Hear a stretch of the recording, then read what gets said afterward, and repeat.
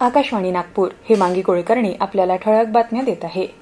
आज सकाळी पुणे जिल्ह्यातील बारामती विमानतळावर लियर जेट हे विमान अपघातग्रस्त झालं। त्यात राज्याचे उपमुख्यमंत्री अजित पवार यांच्यासह 5 जण होते।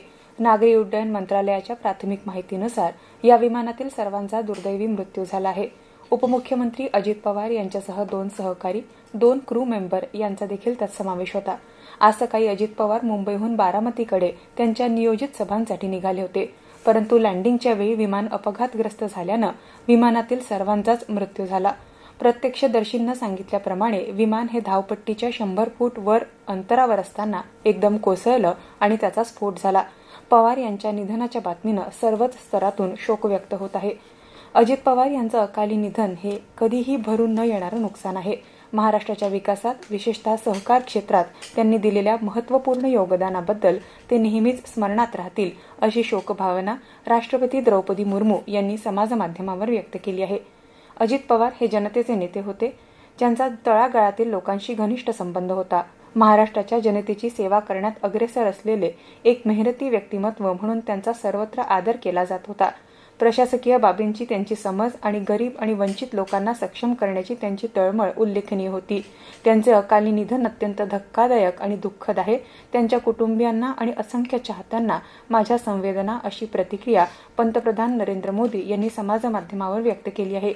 अजित पवार यांच्या अपघाती निधनाचं वृत्त अतिशय धक्कादायक, दुर्दैवी आणि दुःखद आहे। त्यांना भावपूर्ण श्रद्धांजली। गेली अनेक वर्ष राज्याच्या विधिमंडळात सोबत काम करताना अजितदादांशी अतिशय जवळचा संबंध राहिला आहे। त्यांचे प्रशासनिक कौशल्य, विकासात्मक दृष्टिकोन आणि लोकांना जोडण्याची हातोटी यामुळे अजितदादांचं कायम महाराष्ट्राच्या राजकारणात एक अढळ स्थान राहिलं आहे, अशा भावना केंद्रीय मंत्री नितीन गडकरी यांनी व्यक्त केल्या आहे।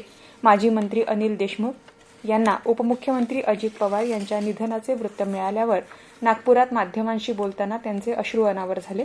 काँग्रेस प्रदेशाध्यक्ष हर्षवर्धन सपकाळ यांचे सर्व नियोजित कार्यक्रम आज रद्द करण्यात आले असून ते थोड्याच वेळात बारामतीकडे रवाना होणार आहे। महाराष्ट्राच्या राजकारणातील शिस्तप्रिय, कुशल प्रशासक आणि राज्याचे उपमुख्यमंत्री तसंच अर्थमंत्री अजित पवार यांच्या निधनाचं वृत्त अत्यंत धक्कादायक आणि दुःखद आहे, अशा भावना काँग्रेस नेते विजय वडेट्टीवार यांनी व्यक्त केल्या आहे। नागपूर महानगरपालिकेच्या महापौर आणि उपमहापौर पदाच्या निवडणुकीसाठी 8 फेब्रुवारी रोजी सकाळी 11 वाजता विशेष सभा आयोजित करण्यात आली आहे। ही सभा कविवर्य सुरेश भट सभागृह, रेशीमबाग, नागपूर इथं होणार आहे। सभेच्या पीठासीन अधिकारी म्हणून विभागीय आयुक्त नागपूर विभाग यांचे प्रतिनिधी जिल्हाधिकारी डॉ. विपिन इटनकर काम पाहतील। याबरोबरच हे ठळक बातमीपत्र संपलं। यापुढील ठळक बातमीपत्र 11:58 ऐकता येईल। नमस्कार।